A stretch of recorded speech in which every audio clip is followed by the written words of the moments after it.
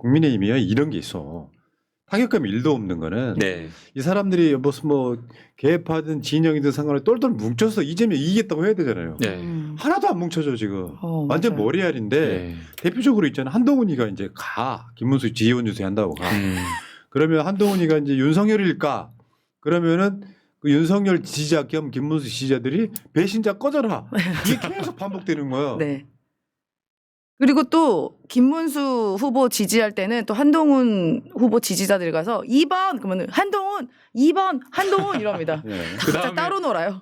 권성동 올라가면 네. 권성동 또 나가라. 막 나가라 막 소리 지르고. 네. 네. 저건 보세요. 쌍욕이 그냥 나오는 거예요. 아. 어저께 김문석 한동훈 있잖아요. 이상하게 또 한동훈이는 김문수 이름 안 쓰신 유니폼 입고 나왔더라고. 또 저러더라고요. 또. 근데 이제 이게 유세 현장에 그 임세훈 소장님께서도 가보셨잖아요. 네, 네. 유세 현장에 나가면 사실 호응이 좋으면 계속 유세를 이어나기가 좋아요. 맞아요. 하고 네. 싶어 더. 하고 싶어지고 네. 더 이게 업돼가지고 더 좋은 이야기가 많이 나와요. 근데 쌍욕 나오니까 도망가는 장면 한번 보세요. 도망가버려. 그러니까 가버리네? 쌍욕 나오면 위축되고 더 말을 준비해 왔다가도 끊고 도망가버리게 되거든요. 네. 근데 저건 정치인이 대중 정치인이 그런 욕 듣는다고 저렇게 자리 피하는 거는 아니죠. 네, 자질이 부족합니다. 그러니까 이제 제가 봤을 때는 지금 대선 끝나고 당권 싸움 하는 거예요. 이준석이한테 단일화 당근으로 당권 주겠다 그러고 네. 한동훈이는 지금 마음이 급하고 네. 그렇다 보니까 선거운동 하긴 하는데 이재명 패는 것도 있지만 윤석열을 계속 패고 있잖아. 그럼 김문수 지지자는 윤석열 지지자잖아요. 네. 이게 네. 화학적 결합이 안 되는 거죠. 네. 김문수 표정이 더 웃기더라고요. 근데. 멍청한 짓이죠 지금. 그리고 이제 요건 어떻게 보면 이게 김문수 리스크라고 볼 수 있는 게 설란형 리스크. 와, 나 아 대박이었습니다. 지금 제가 그러니까 싫어하는 프로그램 중에 하나가 SNL이에요. 네. SNL이 재밌다고 보시는 건 여러분들 진정한 민주주의자 아니세요. 내가 제일 싫어하는 방송 종류가 뭔지 아세요? 어떤 거죠? 이놈 저놈 다 불러다가 아. 오락으로 만드는 거, 정치를 희화화시키는 거. 그래서 저는 이쪽 진영의 방송 중에 그런 방송 안 좋아하는 사람, 안 좋아하는 방송이 있습니다. 네. 그런 것처럼 불러가지고 지금 저 뒷모습이 김혜경 여사처럼 분장하고 나와 있어 네. 뭐라 그래? 개그맨이 나와서 이제 흉내 내죠. 성대모사 하고. 해경군 김씨 법카 사용하지 마세요. 여러분 대통령 후보 배우자가 네거티브하는 거 보신 적 있으세요? 진짜 저 처음 봤어요. 놀랬습니다. 예, 저 처음 찾아봤거든요. 저거 보고 찾아봤는데 보통 대중 정치인이 저기 나와서 예를 들어 뭐 추미애 대표도 나오시고 뭐 다른 분들 나오셨는데 그렇게 해도 저 정도까지는 안 하거든요. 그냥 약간 농담식으로 툭 지나가다가 마는데 심지어 저분은 그냥 민간인이에요. 그다음에 대통령 후보 부인이라는 분이 나와서 공개적으로 저격을 합니다. 그냥 뭐 탁하다. 그러니까 이재명은 탁하다. 커피처럼 탁하다. 그리고 김혜경 여사한테 뭐 경을 칠 노릇이다. 이런 선 넘는 발언을 합니다. 그러니까 원래 그 SNL 코리아나 이런 곳이 유명 탑 배우 그다음에 굉장히 유명한 정치인들이 나와가지고 깨지는 자리예요. 맞아요. 놀림받고 약간 좀 뭔가 조롱받고 희화화 거꾸로 자기가 당하는 자리인데 밈이지 밈. 그렇죠. 밈으로 자기가 당하고 가는 자리인데 설란행 여사는 저기 가가지고 네. 자기가 막 이렇게 하면서 남을 디스하는 자리로 만들어버리는 거예요. 맞아요. 그러니까 저거 자체가 좀 적절하지 않았고요. 그다음에 또 하나 이거 하나 꼭 짚고 가야 되는데요. 지금 물론 SNL 저기 코리아가 쿠팡 플레이에서 이렇게 프로그램을 하는 데긴 한데 제작하는 곳이긴 한데 영향력이 굉장히 큰 곳이잖아요. 중도도 많이 보고 그냥 20대 30대들 굉장히 많이 봐요. 모르는 친구. 파급력이 굉장히 커요. 그러면 저런 데가 아무리 예능이라고 보도 채널이 아니고 예능이라고 하더라도 후보자가 다 나오지 않는 이상 후보자 배우들이 다 나오지 않는 이상 한 명만 부르면 안 돼요. 설련양 후보자만 나왔잖아요. 네. 그러면 다른 배우자 후보자들 다 불러가지고 나온다고 오케이 하지 않는 이상은 설란형만 부르면 안 되거든요. 네. 지금 정식 선거 기간인데 설란형만 불렀어요. 그리고 저거 뭐 하는 거냐고요. 그리고 약간 이제 저기가 코미디 프로그램이고 인기가 많다 보니까 이렇게 나오면서 약간 이미지 세탁이 됩니다. 그래요. 영향력이 네, 상당하다고요. 이미지가 세탁이 돼요. 그 나빴던 이미지들이 마치 코믹으로 포장돼서 세탁되는 것이 있고요. 제가 또 놀랐던 것은 여기서 전 질문도 매우 틀렸다고 보지만요. 대답이 그때 이렇게 얘기해. 이거 뭐 밸런스 게임이잖아요. 법카 쓰는 김혜경 여사, 그 다음에 백 많이 받는 김건희 누가 나쁘냐 이렇게 물어요. 그래서 그 저는 질문도 틀렸죠. 그러니까 말도 안 되죠. 저거는 그래서 이제 지금 뭐 민감한 시기니까 지적을 안 하지만 선거 끝나고는 반드시 문제를 지적해야 한다 보거든요. 그렇죠. 과거에 다른 여러 방송사들의 예능 프로그램도 어느 후보자 저희가 나간다고 해도 어느 후보자가 안 나오겠다. 그러면은 저희가 나가고 싶다고 해도 프로그램 편성이 안 됐거든요. 근데 저거는 지금 완전히 김문수 띄워주는 예. 거잖아요. 맞습니다. 우리 후보자는 뒷선. 그러니까요. 네, 네. 여러분 네. 그 김혜경 여사 법화 사건은 두 가지가 있습니다. 네. 하나는 배모 씨가 김혜경 여사의 지시 없이 무슨 뭐 샴푸를 사고 했다는 바로 그 사건 따로 있는 거고 네. 하나는 선거운동할 때 네. 국회의원 배우자들하고 밥 먹다가 7만 8천 원 더 냈다고 네. 둘 다 김혜경 여사가 시켜서 생긴 일이 아니에요. 아예 모르시죠. 그런데 저기 지금 나온 것처럼 김문수는 경산호위 시절에 회의 딱 한 번 한 사람이에요. 네. 법인카드만 4,800만 원 썼다고. 경기도 시절에도 그 상품권을 약 4천만 원 이상 어치를 사서 누굴 준다고 그랬는데 직원들이 아무도 못 받았다고 합니다. 뭐 그런 그러니까 등등 많아요. 그러니까 이재명, 김혜경 이 두 부부에 대해서만 법화를 이미지화 시켜서 악마화 시키는데 예. 사실 내용 들어가 보면 법인카드 대표적인 게 있잖아요. 이진수, 그렇죠. 빵진수, 빵진수. 나경원. 원희룡 네. 다 그런 사람들이 쓰는 건 규모가 달라. 근데 저런 걸 갖고 와가지고 내가 만약에 설란영이라면요. 남편들끼리는 네거티브 하더라도 네. 나는 김혜경 여사 안 깼다라고 하는 어떤 그 마음이 따뜻함을 보여주는 게 중도한테는 저런 짓거리 하면요. 역풍 불어요. 맞습니다. 미쳤구나 저 사람. 네. 어떤 대통령 배우자가 나와서 네거티브를 합니까? 저거 리스크에 리스크. 맞습니다. 자 그리고 오늘 이준석이가 기자회견을 했었잖아요. 뭐 절대 단일화 안 한다고. 근데 여러분 지금 오늘 또 저렇게 이야기를 했고 완주하겠다고 이야기를 했어요. 세게 말하면 그만큼 반향이 크기 때문에 단일화 가능성이 더 커진 거예요. 아, 정말 단일화 가능성이 없었다라고 하면 오늘 기자회견 특별히 할 이유가 없었다고 저는 이렇게 봐요. 그렇죠. 근데 실제로 여러분 기억하시겠지만 안철수가 3년 전에 손가락 자르고 싶다고 했던 바로 그 장면 기억하십니까? 네, 손가락 그대로 있습니다. 쉽게 말하면 윤석열 찍으면 손가락 자르겠다고 했었잖아요. 네. 근데 TV 토론 끝나고 바로 바로 그날 단일화를 했지 않습니까? TV 토론 그날 다 하고 새벽에 그랬죠. 새벽에. 맞습니다. 네. 새벽에. 저 장면도 지금 기억나는데 괴랄했던 게 윤석열이는 안철수랑 단일화 기자회견하고 그냥 버리듯이 단일화 합의문 버리듯이 가버리고 네. 안철수만 남아 왜 이거 안 가져가시죠 그 지랄 했던 거예요. 맞아요. 네. 근데 지금 저 단일화에 공동정부 구성이 됐습니까? 예고편이었죠. 그러니까 팽당할 거 예고편이었죠. 네. 네. 그리고 여러분 있잖아요. 저 박근혜 억울하다고 했던 김문수가 음, 지금 어떻게 달리 생각해보면 윤석열도 억울하다는 입장일 거 아니에요. 똑같겠죠. 그러면 네. 네. 김문수가 되면은 윤석열이 상황되는 거잖아요. 윤석열 사면시켜 줄 수도 있죠. 그리고 상식적으로 네. 생각하라고. 음, 지금 여러분들 그 보수가 결집해서 과표집 되고 나온 여론조사 보지 마시고 이런 선거는 우리가 질 가능성은 0이에요. 0. 네. 저런 것들 모여가지고 지금 박근혜만 해도 박근혜가 억울하다며. 이거 박근혜 수사한 게 누구예요? 윤석열입니다. 그다음에 이번에 윤석열 탄핵으로 치러지는 선거인데 또 탄핵된 대통령 박근혜를 만나가지고 네. 지지해달라고 하니 중도가 달아날 수밖에 없죠. 예. 그냥 박근혜에게 뭐 씌워진 뭐 법원 판결이나 헌재 판결도 다 너무 억울하고 거짓이다 이런 식으로 이야기합니다. 네. 그걸 윤석열이 했는데. 그러니까 김문수는 있지 않아요. 지금 오늘 이준석도 비슷한 이야기 하던데 단일화 말고는 내세울 게 없는 후보래. 네. 그거 맞지. 깔 게 너무 많아. 맞습니다. 여러분 다시 한번 말씀드리지만 저는 깜짝 놀란 게 윤석열 내란만큼이나 놀란 게 국민의힘의 대선 후보가 김문수라는 거예요. 여러분 생각이나 하셨어요? 그 눈 뜨고 보니 김문수야. 한덕수도 웃기지만 김문수도 웃기죠. 덕을 때리는 건 김문수 부인이 영부인 후보라는 거야. 아. 난 믿을 수가 없어. 아, 정말. 자 그리고 김문수가 이 했던 말 집단들은- 중에 여러분 기억하시겠지만 이자는 그냥 뉴라이트 사고를 갖고 있거든요. 극우입니다. 여러분 윤석열 3년 동안 뉴라이트 지긋지긋 하셨잖아요. 저희 부모님 후보자님의 부모님 일제치하의 국적이 일본입니까? 물어보니까 일본이지. 그걸 모르십니까? 했던 거로. 아 미치겠다 진짜. 이게 제가 그 김문수 캠프의 이야기를 들었거든요. 그래서 이 선거 본선거에 들어가기 전에 김문수 후보의 참모들 아주 가까운 참모들이 이거를 교정해 보려고 바꾸려고 했대요. 네. 절대 안 바꾼대요 생각을. 고집 엄청 세다고 고집이 합니다. 세시다고 예, 그러더라고요. 예, 예. 예. 고집이 셌기 때문에 한덕수를 밀어냈던 것도 있지만요. 예, 절대로 그 고리타분하고 고집 세고. 얘는 또 특별히 공부도 안 했어. 맞아요. 왜냐면요, 그 소위 이제 한일 합병, 뭐 을사 늑약 이런 네, 것들이 있을 때 예. 기본적으로 한국을 인정해줬고요. 나중에 이제 2차 세계대전 중간에 가서 창씨개명 이런 것도 있었는데요. 내선 일체라는 게 뭐겠어요? 조선과 일본을 그냥 인정해주는 차원으로 갔다고 보시면 되지만 문제는 대한민국 대통령이란 자가 일제강점기 때는 일본이 국적이었다고 말하는 거 있잖아요. 그냥 미친 자에 가깝고요. 아이고. 최근에 발굴된 동영상이 하나 있죠. 한국의 기업들이 일본의 도움 없이는 반도체 못 만든다. 반대죠. 완전히 반대죠. 그래서 언급했던 게 골 때리는 거예요 지금. 네. 그 뭐였더라?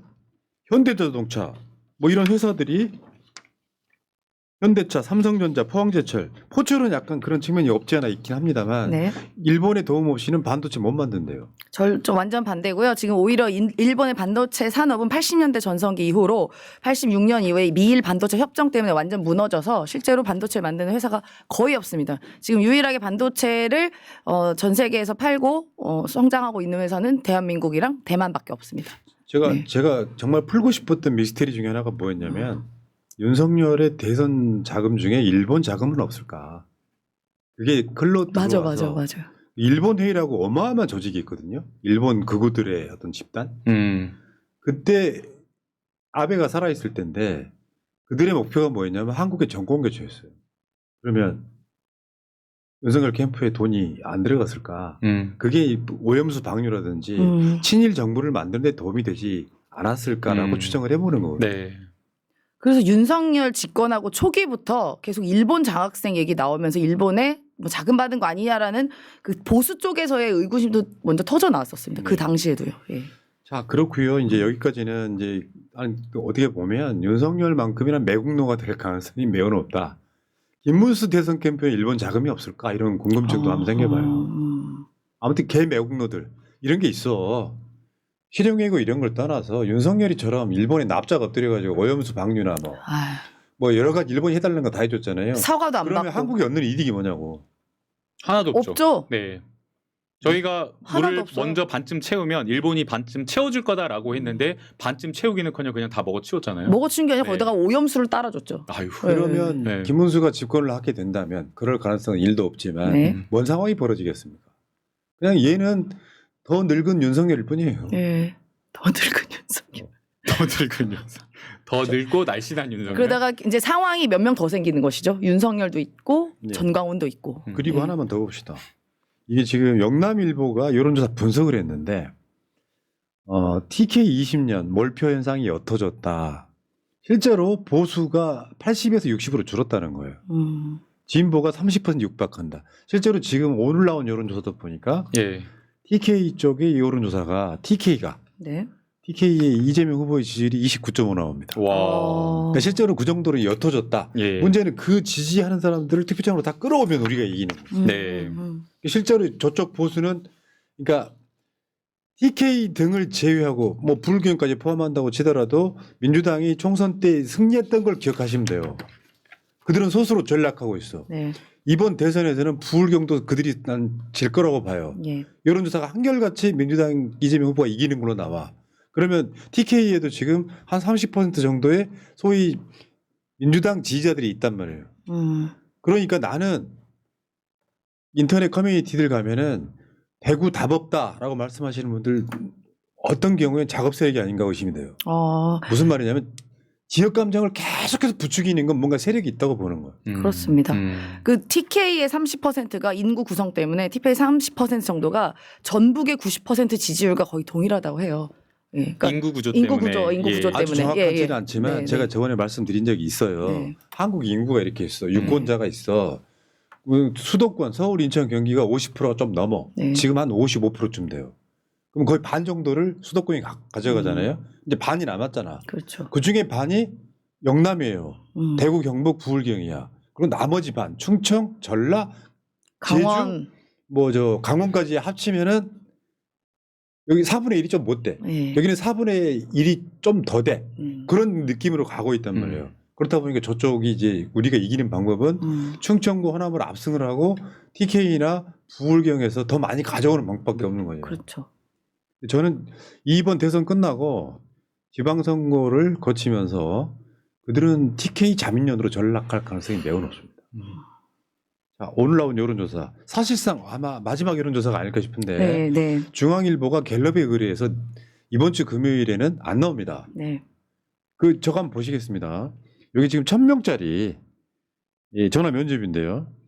3자 대결일 때 이재명 후보는 그대로예요. 똑같네요. 49. 네. 김문수 35. 음. 이준석 11 이렇게 나온단 말이에요. 그러니까 이준석이 미치는 거지. 난 10% 넘었다 이제. 미치는 거지. 네. 실제로 아마 오늘까지는 3자로 갈 가능성이 높지만 방심하시면 안 된다.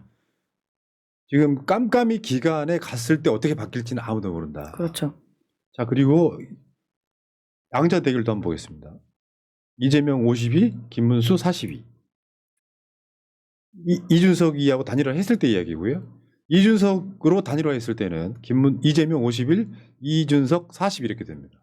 둘이 비슷하네요. 김문수랑 이준석. 근데 여러분 지금 네. 추세를 한번 보실 필요가 있는 게 방어하는 사람과 따라오는 사람들이 있잖아요. 예. 당연히 저쪽 세력들이 여론조사 응답을 더 잘하게 돼 있어요. 우리 같은 방송 보는 고관 여층 말고 이재명 후보를 지지하긴 하나 생업에 바쁘신 분들은 여론조사 응답 못합니다. 그러니까 어떤 여론조사나 지금 나오는 건 보수가 과표집이에요. 네. 지난주 갤럽 같은 경우는 11%만 왔어. 100. 그러니까 1000명 중에 115명이 많았다고요. 근데 지금도 보수 과표집이 여전한데 그래도 이재명 후보를 못 이기잖아요. 네. 그럼 여기 이제 플러스 마이너스 대략 대충 하고 투표율 계산하면 대략적인 후보들의 득표율이 나올 거다 이렇게 봅니다. 이게 진짜 이거보다 훨씬 더 잘 나왔으면 하는 바람인데 마지막 그 직전에 나왔던 갤럽 여론조사 비슷하게 나왔더라고요. 그래서 굉장히 정확도가 높습니다. 갤럽 예. 여론조사가. 예. 아 여러분 다른 거 아니죠? 홍준표 그랬잖아. 나는 그 갤럽만 본다. 아이씨, 이런 갑자기 똥좀 그러니까 갑자기 신뢰도가 떨어진다. 왜냐면 그래도 갤럽이 갖는 공신력이 있어. 오랫동안 진짜. 했었고 워낙. 이게 굉장히 맞았어요. 예. 원래 비슷하게. 우리가 그러니까 왜냐하면 코리아 리서치 같은 데 있잖아요. 예, 한국 리서치 이런 예. 데는 여론조사를 자주 하진 않고요. 보통 평상시 때는 기업 이런 여론조사 많이 해요. 네, 맞아요. 근데 갤럽은 사실상 매주 하잖아요. 예. 그러다 보니까 3대 여론조사가 갤럽, 리얼미터. 리얼미터, NBS 이렇게 네. 설명을 합니다만 저거는 제가 계속 말씀드리고지만 전화 면접은 실제 투표하고는 좀 다를 가능성이 높아요. 그러니까 정치색이 굉장히 어떤 사람한테까지 끌어당겨가지고 투표장 안 나갈 사람이 좀 물어보는 케이스가 많아서 네. 상담원이 손을 잡아 끌기 때문에 그래서 기기가 물어보는 여론조사가 훨씬 정확할 가능성이 매우 높다. 그렇게 이제 감안하시고요. 이 갤럽의 단일화 선호 인물 한번 보시면요. 지금 김문수로 단일화 할 때 이준석 지지층의 지지 변화 한번 보시면 자 이준석 중간에 사퇴해. 네. 그럼 누구 찍을 거야 물어봤어요. 이재명 29. 모름 응답 거절이 19고요. 반만 김문수한테는 52%만 갑니다. 반만 가네요. 반만. 그러니까 오늘의 주제일 수도 있어요. 네. 이준석 찍었던 표가 김문수한테 다 가지 않아요. 48%는 딴 데로 간다는 거지. 심지어 이재명 후보한테도 갑니다. 이재명 후보가 단일화를 둘이 하게 되면 더 올라요 지지율이. 네. 실제로 아마 아시는 분들 아시겠지만 이준석 지지자들이 국민의힘을 싫어합니다. 맞아요. 대개 보면. 예. 네. 팽당하다고 생각하죠. 네. 그러니까 지금 이제 여론조사 깜깜이 기간이기 때문에 이제 기간에 도입하기 때문에 이걸 썸네일로 거는 이유는요. 이런 게 지금 이준석이가 이제 우리 예상은 그거잖아요. 자 단일화는 나로 해야 돼. 그리고 김문수는 사퇴해야 되라고 주장을 해. 네. 그리고 나서 여론조사 깜깜 기간이 들어가고 그 다음 날 사전투표가 실시돼. 사전투표하기 바로 직전 야밤에 또 후보 사퇴를 해. 그리고 나면 여론조사 깜깜이가 들어가잖아요. 그러면 우리가 여론조사를 했기 때문에 만약 이준석이가 뭐 지난 주 말이나 네. 이럴 때 단일화를 했으면 이번 주 초에 사전투표 전에 반영이 되잖아요. 네. 그러면 이준석이 깜깜이 기간 딱 들어가는 순간 사전투표 단일화를 해. 네. 그러면 이제 애들이 선동하기 쉽지. 야 단일화 해갖고 지지율 엄청 올라간다. 올라간다. 역전한다 막 이런 식으로. 그 작전이 아닐까라고 계속 의심하는 거예요. 네. 여러분. 지난 대선 때도 작전이 되게 비슷했던 게 제가 그 당시 종편 채널에 나갔었는데요. 대기실에 갔는데 이제 이거랑 비슷한 상황이었습니다. 그때 뭐라고 얘기했냐면 이미 2자릿수 넘게 앞섰다라고 얘기를 하더라고요. 그 보수 쪽에 계신 분들이 그러면서 그걸 막 선동을 합니다. 2자릿수 넘게 앞섰다 이런 식으로. 근데 실제로 보십시오. 까보니까 0.73밖에 차이 안 났습니다. 근데 그게 그런 거예요. 그래서 이제 여론조사 꽃이 만들어지기도 했지만 지금 생각해 보면은 여론조사 중에 저런 여론조사 좀 3대 여론조사 정도를 제외하고는 나머지는 아무 의미 없어요. 어떻게 보면. 지금 우리가 알고 있는 여론조사 중에 보수가 한 1,000명 중에 한 200명 과표 집돼가지고 김문수가 다 따라갔네. 수도권에서 뭐 서울에서 모차 범위 안에 있네. 아무 의미 없다. 왜냐하면 여론이라는 게 어느 날 갑자기 만들어지는 게 아니라 이미 윤석열이 내란 일으키고 4개월 지났을 때 이놈들 진짜 못된 놈들이네. 이런 식으로 여론이 좀 고착화되는 그런 여론이 지금까지 보여주고 있는 여론인데 간단히 한번 해봅시다. 김문수가 이준석이 지금까지 모든 극우 여론조사 포함해가지고 네. 이재명 후보를 앞선 적이 있나요? 한 번도 불가능하다고. 없죠. 네. 20% 이상 사실 결집하기 후보로 선택되기 전에 20% 이상 앞섰었고요. 그다음에 저는 극단적으로 이런 가정도 해봐요. 내란을 윤석열이 저지르지 않았다고 하더라도 과연 이 정권 심판하지 않았을까요? 오만 모든 걸 다 망가뜨렸죠. 맞지. 경제고 교육이고 외교고 R&D고 다 박살냈잖아요. 다 망가뜨렸어요. 다 망가뜨렸는데 이 정권을 심판하지 않았을까? 저는 내란을 저지르지 않았다고 하더라도 심판했을 정권이기 때문에 저는 반드시 이길 수 있고 반드시 이겨야 된다. 그럼에도 불구하고 그 뭐죠? 그 끝날 때까지 끝난 것이 아니다. 예, 그래서 마지막 순간까지 우리 이재명 후보가 3표가 부족하다 했는데 예. 이재명 후보는 3표가 겸손하게 3표 부족하다 했는데 저희 지지자들은 30표가 부족하다 생각하고 30통 전화 돌려야 될 것 같습니다. 예. 그러니까 이런 거요. 여론조사 꽃이 네.